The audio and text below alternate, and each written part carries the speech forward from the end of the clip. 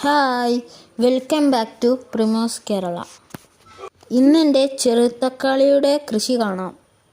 KTG mobile നേഴ്സറിയിൽ നിന്ന് ഞാൻ 2 ചെറുതക്കാളിയുടെ തൈകൾ വാങ്ങി.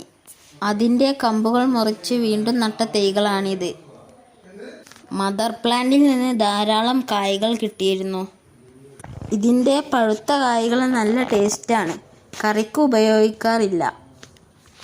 പച്ചയും പഴുത്തതുമായ കായ്കൾ ഞങ്ങൾ സാലഡിന് ഉപയോഗിക്കാറുണ്ട്. ഇതിൻ്റെ തണ്ടുകൾ മുറിച്ചു നട്ടാൽ എളുപ്പം വേരുപിടിക്കുകയും കായ്ക്കുകയും ചെയ്യും. തണ്ടുകൾക്ക് ബലം കുറവാണ്, അതുകൊണ്ട് താങ്ങു കൊടുക്കണം. ഇതിൻ്റെ 3-4 തണ്ടുകൾ ചട്ടിയിൽ വേര് പിടിപ്പിക്കാൻ വെച്ചിട്ടുണ്ട്. ഇതും കായ്ച്ചിട്ടുണ്ട്. ഇത് ഇനി വേറെ ചട്ടിയിലേക്ക് മാറ്റി നടും.